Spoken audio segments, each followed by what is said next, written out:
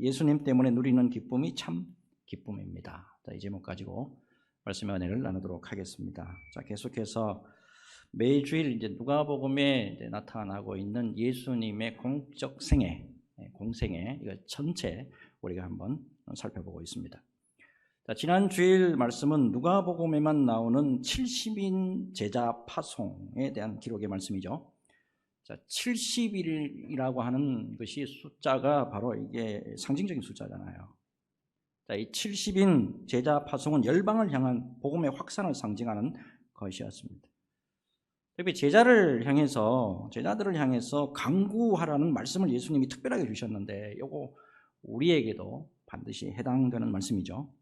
추수할 것은 많되 일꾼이 적으니 추수할 일꾼을 보내주소서.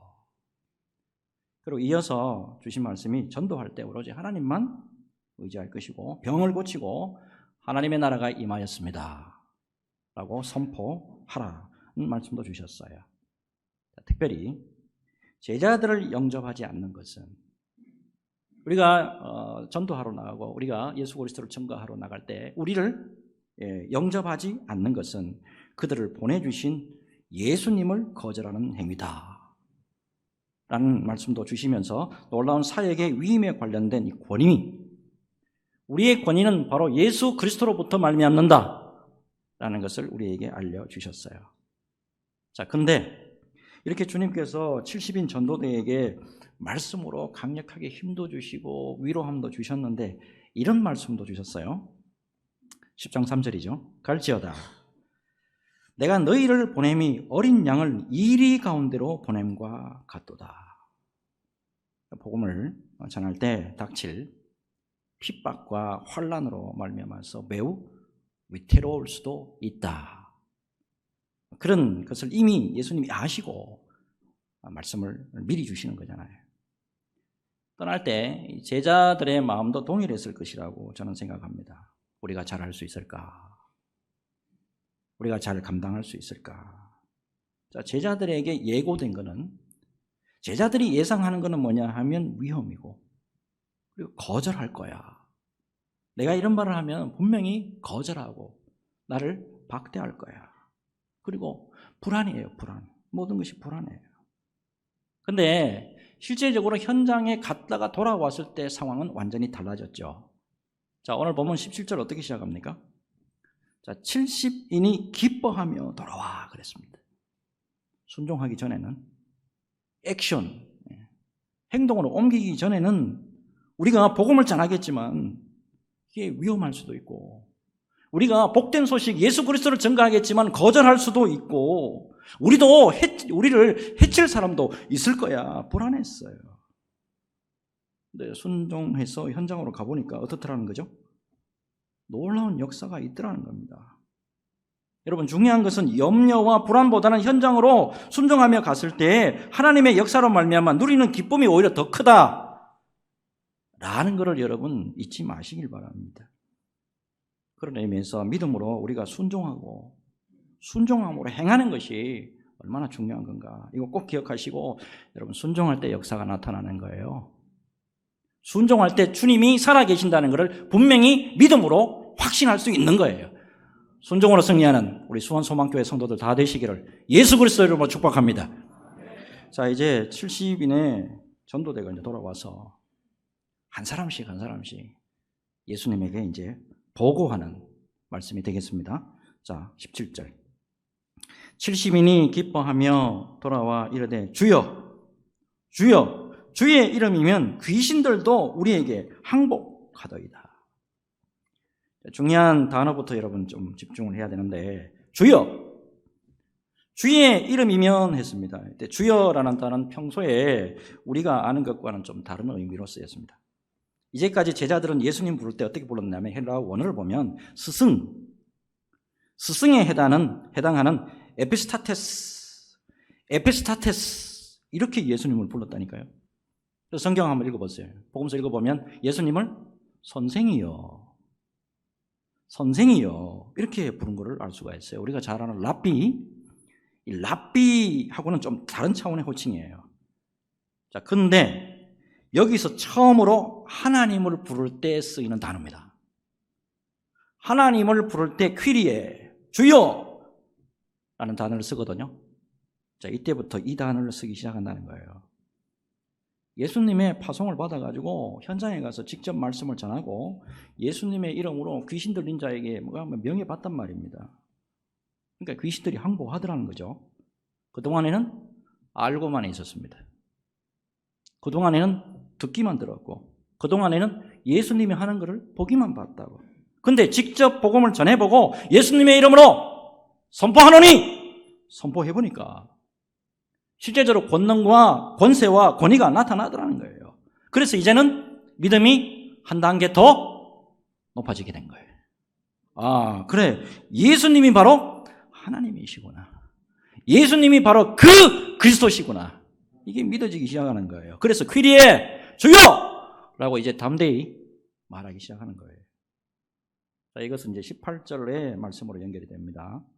자, 예수께서 이러시되 사탄이 하늘로부터 번개같이 떨어지는 것을 내가 보았노라. 제자들에 의해서 귀신이 항복하는 거, 이거는 사탄이 자신의 영광스러운 지위를 잃어버리고 치욕과 패배를 당했다라고 하는 표징이다. 자, 지금 이렇게 말씀해 주시고 있습니다. 자, 그리고 이어서 예수를 믿는 모든 자들에게 주시는 권세, 예수를 믿는 모든 자들에게 주는 권세가 어떠한 것이냐 말씀을 주시고 있는데 19절 같이 읽습니다. 19절 같이 읽습니다. 시작.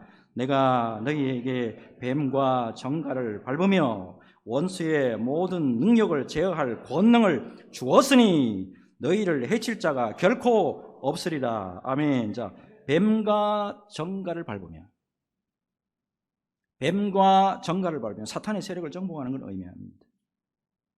그리고 너희를 해칠 자가 결코 없으리라. 주님의 능력이 우리와 함께 하는 한, 주님의 능력이 우리 교회와 함께하고 우리 가정과 함께하고 나와 함께하는 한 절대로 사탄이 우리를 침범하지 못한다 라고 지금 말씀하고 있습니다. 특별히 이 말씀에 대한 우리의 믿음이 있다고 한다면, 이 말씀에 대해서 우리에게 진정으로 믿음이 있다고 한다면 오늘날 우리도 주님이 주시는 권세로 얼마든지 사탄의 세력을 누를 수 있다 라는 것을 여러분 믿으시길 바랍니다. 제가 1997년입니다. 그때가 이제 33살 좀 먹고 신학대학교 한 3학년, 그때 신학대학교 3학년입니다. 참고적으로 신학대학교에 다니는 분들 뭐 다 그런 건 아닌데, 대체로 신학대학교, 특별히 신학과에 다니는 학생들 보면 신대원 졸업하고 목사 안수 받기 전까지는 좀 교만한 게 사실입니다. 아직 뭐 제대로 사역하려면 한참 멀은데 마치 다 된 것처럼 이제 목에 힘주고 막 폼 잡고 다녀요. 저도 예외가 아니라서 당시 학교에서 뭐 공부도 좀 하고 이제 교수님들이 막 인정도 해주고 하니까 이 기고만장한 거예요. 교만이 꼭대기까지 올라갔어요. 그래서 당시에 이제 어머니 목사님하고 개척 기도원, 개척 교회 이렇게 됩니다. 두 가지를 이제 이렇게 섬기고 있었는데, 우리 어머니 보니까 기도만 하고 뭔가 힘이 없어. 뭔가 좀 파워가 없는 것 같아. 그래서 좀 내가 불만이 막 쌓이더라고. 목회 스타일이나 비전 등이 잘 안 맞아가지고 내하고 너무 막 힘들더라고. 자, 근데 당시 기도원 사역하는 가운데 이제 어떤 특이한 좀 사역이 있었냐면 1년 365일 하루도 빠지지 않고 우리 어머니 목사님이 철야 기도를 인도를 하셨어요. 요즘 교회 철야하는 기도 있습니까? 그 교회 있습니까? 기도원도 요새 잘 철야 안 하죠. 여러분, 그 당시에 철야라고 하면 밤 12시에 자정 예배를 드리고 난 다음에 새벽 3시까지는 기도해야 철야 한번 했다라고 인정해 주던 그때입니다. 자, 그날도 25명이 이제 철야 기도하는 분들이 모여가지고 밤 12시 자정 예배 드리고 난 다음에 이제 불을 끄고 기도하기 시작했습니다. 당시 지하 예배당 크기가 우리 교회 한 배 반 정도 됐습니다. 이제 이 공간에 이제 음악 틀어놓고 밤에 12시가 넘어가고 새벽 1시 가까워지면 이제 잠이 와요. 졸음이 오기 때문에 음악 틀어놓고 이제 통성 기도를 하든지 또는 방언 기도 하든지 이렇게 소리 내면서 기도를 해야 돼요. 안 그러면 졸음이 와서 기도 못 해요. 자, 어쨌든 평상시처럼 기도 잘하고 이제 새벽 3시가 이제 거의 다 됐는데 그때쯤 되면 이제 전도사님 한 분이 이제 담당해가지고 있는데 음악을 꺼요. 자, 중요한 거는 뭐냐면 음악을 딱 끄는과 동시에 그 당시 키가 한 1m 80이 넘는 30대 초반의 건장한 청년이 함께 기도를 하고 있었는데 누구나 들어보아도 악한 영에 이끌려서 기도하는 음성으로 바뀌더라고. 보통 음성이 아니야. 여러분 그 악한 영에 이렇게 사로잡혀서 기도하는 사람들 들어보면 목소리가 틀려요. 좀. 그런 건장한 청년이 벌떡 일어나더니만 새벽 3시에 다 나한테 경배하라. 나는 하나님의 아들이야. 라고 하면서도 껄껄 웃어요. 또 그거를 보고 있던 모두가 소스라치게 놀랐고요. 저도 그거 보고 상당히 당황하지 않을 수가 없었어요. 순간적으로 모두가 이 청년이 악한 영에 이끌리고 있다는 걸 알고는 소위 기도 좀 한다는 분들이 여러 명 막 달라들어가지고 그 청년을 영적으로 제압하려고 했는데 그 큰 덩치가 있는 청년을 제압할 수가 없는 거예요. 그때 1m 55, 1m 55세의 작은 키에 저희 어머니 목사님이 강단에서 기도하다가 내려 딱 오시더니만 나사렛 예수 그리스도 이름으로 명하노니 악한 것은 당장 떠나가고 잠잠할지어다. 잠잠할지어다. 딱 한마디 하시더니만 그 청년의 손을 잡고 잠잠하고 절제해. 잠잠하고 절제해. 라고 명령하셨는데 그 자리에서 그 청년이 제압 당하더라고요. 이어서 어머니 목사님이 그 청년에게 안수기도 계속 해주시면서 안심시키고 난 다음에 조금 더 기도를 해주셨는데 악한 영이 딱 떠나가고 이 친구가 정상으로 회복되더라고요. 소위 그 당시에 일원동 그 근방에 서울 일원동 근방에 기도 좀 한다라고 하는 분들은 좀 모여 있었던 상황입니다. 영권 좀 있다라고 하고 기도발 있다라고 하는 영발 있다라고 하는 사람이 좀 모였는데 한 사람도 이 친구를 제압하지 못합니다. 더군다나 잘난 체 하던 그 당시까지 잘난 척 하던 저 같은 경우는 아예 손도 못 댔는데 우리 어머니 목사님이 그 청년 딱 제압하고 그 이후에 제자로 잘 케어해 나가시더라고요. 그날 밤에 제 어머니가 말씀하신 것을 아직도 제가 잊지 않고 있습니다. 그 주위에 기도하는 사람들 딱 둘러보고 이런 말씀하시더라고. 왜 이리 믿음이 없어요? 왜 이리 믿음 없어요? 이 말씀하시더라고. 그 사건 이후에 제가 얼마나 교만하고 그동안에 무능했는지 나 이때까지 완전 폼만 잡았구나. 철저히 회개하고 겸손의 자리에서 낮고 낮아져야 우리 어머니처럼 저렇게 낮고 낮아져야 예수님이 함께 하시는구나 깨달았어요. 여러분 우리는 하나님의 자녀가 된 권세가 이미 있어요. 자, 오늘 우리 안수 집사님 대표기도 해주셨는데 요한복음 1장 12절이죠. 영접하는 자 그 이름을 믿는 자들에게는 하나님의 자녀가 되는 권세를 주셨으니 아멘입니까? 이미 우리를 받았다고. 문제는 그 권세에 대한 믿음이 부족한 거예요. 히브리서 11장 6절 같이 읽습니다. 히브리서 11장 6절 같이 읽습니다. 시작. 믿음이 없이는 하나님을 기쁘시게 하지 못하나니 하나님께 나아가는 자는 반드시 그가 계신 것과 또한 그가 자기를 찾는 자들에게 상 주시는 이심을 믿어야 할지니라. 아멘입니까? 자기를 찾는 자에게 반드시 살아계심을, 역사에서 살아계심을 보여주는 하나님을 믿자 이 말입니다. 여러분 우리의 힘과 권능이 아니고 믿음 가지고 주님의 이름으로 선포만 하면 되는데 우리의 믿음을 한번 다시 점검해 봤으면 좋겠습니다. 우리의 믿음이 너무 피상적이에요. 믿음 있는 척만 한다고 여러분 주님의 이름으로 믿음 가지고 직접 행할 때 하나님이 절대로 우리와 함께 한다는 거, 이거 잊지 마시기 바랍니다. 과거 사도들에게 함께 하신 하나님이 우리가 믿는 하나님이고, 과거에 은혜 주셨던 그 하나님이 지금 우리와 함께 하시는 하나님이라는 말이에요. 그래서 이런 믿음 가지고 언제나 주님과 기도하면서 함께 동행할 때 어제나 오늘이나 내일이나 동일하신 우리 주님이 늘 우리 교회와 우리 가정과 우리와 함께 해 주실 줄로 믿습니다. 믿음으로 승리하는 저와 여러분 되시기를 예수님의 이름으로 축복합니다. 자, 다음으로 이제 아울러서 깨달아야 될 말씀이 있어요. 20절 한번 봅시다. 20절. 그러나 귀신들이 너희에게 항복하는 것으로 기뻐하지 말고 너희 이름이 하늘에 기록된 것으로 기뻐하라 하시니라 했어요. 귀신을 쫓아내는 능력은 하나님의 자녀들이 갖는 부가적인 특권이에요. 그게 메인이 아니라고. 그게 메인이 아니란 말이에요. 정말 우리가 기뻐해야 되는 것은 뭐냐면 생명책에 우리가 하나님의 백성으로, 예수님의 백성으로, 예수님의 언약의 백성으로 기록된 거, 이것으로 기뻐하라 이 말이에요. 우리가 이거를 명심한다 그러면 하나님의 은혜로 나타나는 기적들에 대해서 너무 치우칠 필요가 없다는 거예요. 자칫 예수님의 이름으로 말미암아서 나타나는 기적과 은사의 현상에 이게 주목하다가 보면 복음의 본질, 이거 잃어버립니다. 복음의 본질이 뭐냐면, 여러분, 복음의 본질은 예수님에게 집중해야 되는 거예요.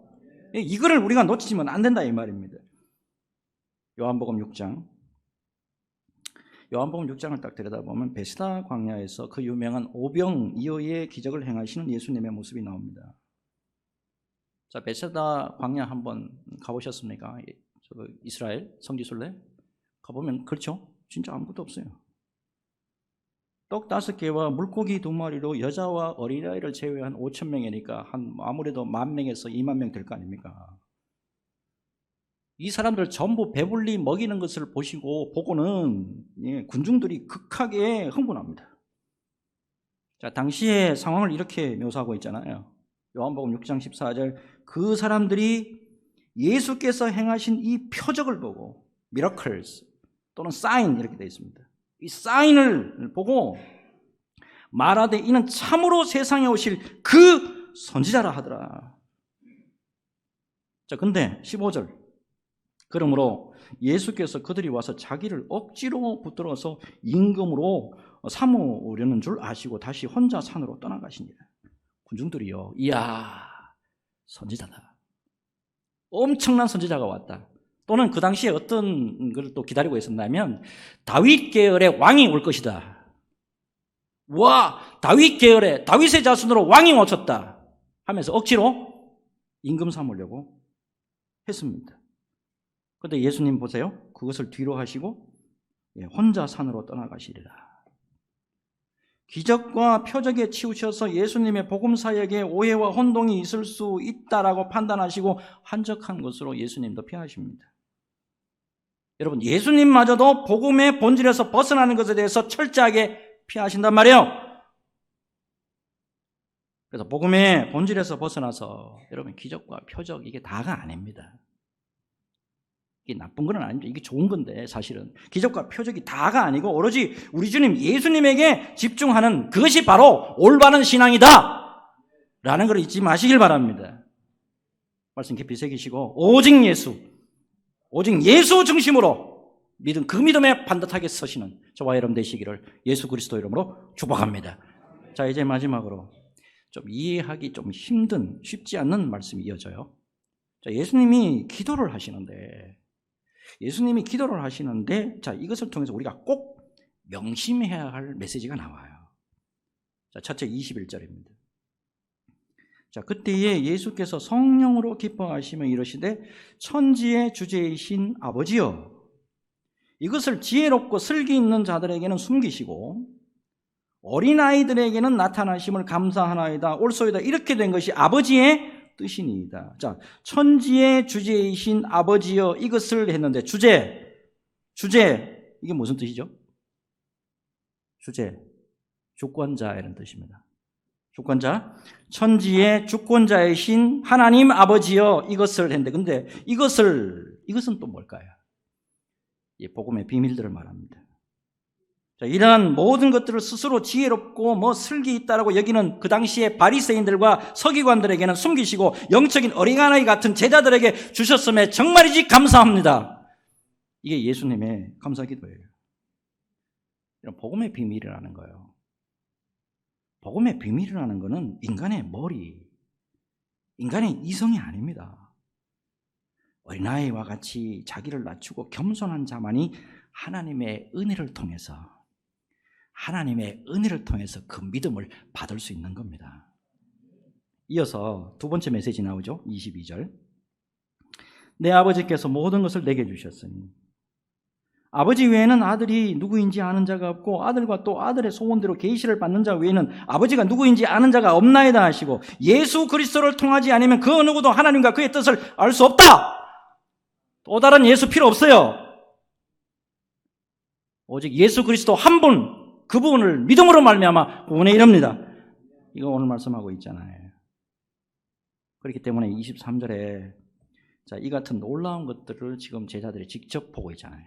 생중계하잖아요. 지금 라이브란 말이에요. 그 당시에 제자들은 라이브 했어요. 모든 게. 이거를 복되다 말씀하시잖아요. 제자들을 돌아보시며 조용히 이르시되 너희가 보는 것을 보는 눈은 복이 있도다. 특별히 24절 계속해서 보니까 유명한 선지자들과 임금들조차도 예수님 보기를 대망했습니다. 근데 못 봤잖아요. 근데 너희들은 보고 있다. 너희들은 만나고 있다. 너희들은 경험하고 있다. 너희들은 지금도 함께 하시는 예수님이 지금 성령으로 함께 하고 계신다. 이 은혜를 받았단 말이에요. 그 말씀 하시잖아요. 자, 말씀은 어렵지는 않죠. 다시 정리합시다, 여러분. 우리가 복음을 깨닫고 믿게 된 거, 그리고 예수 그리스도를 우리가 보지도 않고 믿게 된 거, 모두가 하나님의 놀라운 은혜라고 하는 사실입니다. 이거는 이성과 경험으로 얻을 수 있는 게 아닙니다. 우리가 여러분 예수 믿고 하나님의 백성이 된 것은 놀라운 하나님의 은혜의 결과다라는 것을 명심하자라는 겁니다. 제 경우를 들어서 죄송한데 만약에 제가 예수 안 믿고 하나님의 백성이 되지 않았더라면 지금 이 시간에 뭘 하고 있을까? 11시부터 12시 사이에. 생각하면 끔찍스러워요. 온몸과 마음과 정신이 피폐해 있을 만큼 피폐해 있는 곳까지 가봤어요. 저도 신경정신과 약까지 먹었던 사람이에요. 우울증 약을 오랫동안 먹었던 사람입니다. 바다까지 한번 가볼 만큼 가본 사람이에요. 만약에 하나님의 전적인 은혜가 저에게 임하지 않았다면 아마 저는 이 세상에 없을지도 모릅니다. 김도연 목사, 꿈도 못 꿉니다. 저는 자주 말씀드리지만 특별히 하나님의 은혜가 메말라가고 사역에 있어서 저도 낭망하고 좌절될 때가 많습니다. 눈물 뿌리고 저도 참 오랫동안 기도 많이 했고 우리 교회 와가지고 저 많이 울었습니다. 근데도 목회 열매가 별로 없고 사람이 꽉 차지 않을 때는 정말 낭망되고 좌절되고 다운이 될 때가 한두 번이 아니에요. 이때일수록 제가 늘 잊지 않고 보는 성경이 있습니다. 요한복음 5장입니다. 요한복음 5장에는 그 유명한 베데스다 연못에서 38년 된 병자가 주님으로 말미암아 고침받는 사건이 기록되어 있습니다. 사진 다시 한번 보여보세요. 38년 된 병자가 그냥 누워 있어요. 이 대책이 없는 겁니다. 그 주위에 사진 한번 보세요. 목발 짚은 사람도 있고, 병자들 딱 지금 뭐 하는 겁니까, 지금? 물로 지금 빨리 들어가려고 지금 하는 거 아닙니까, 이거?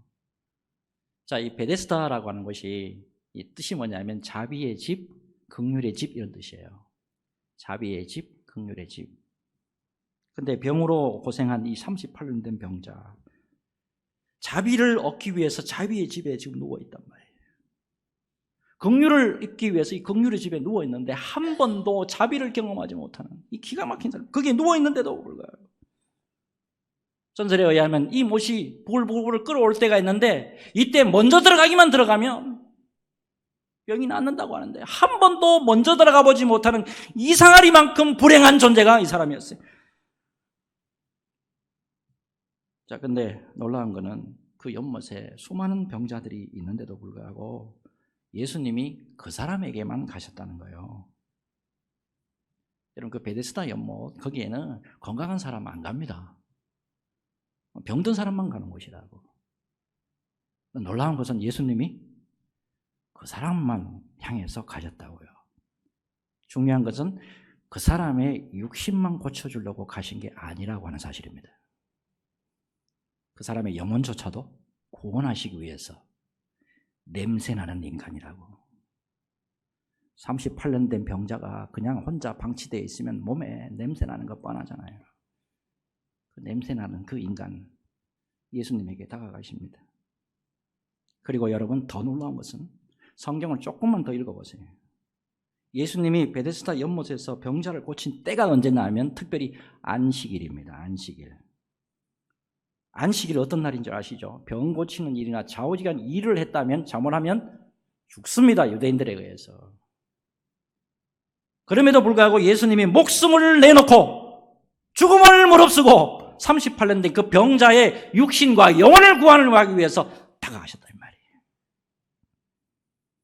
그 38년 된 병자가 누군 줄 아세요? 그게 저와 여러분들이라고. 그게 저와 여러분들이라고.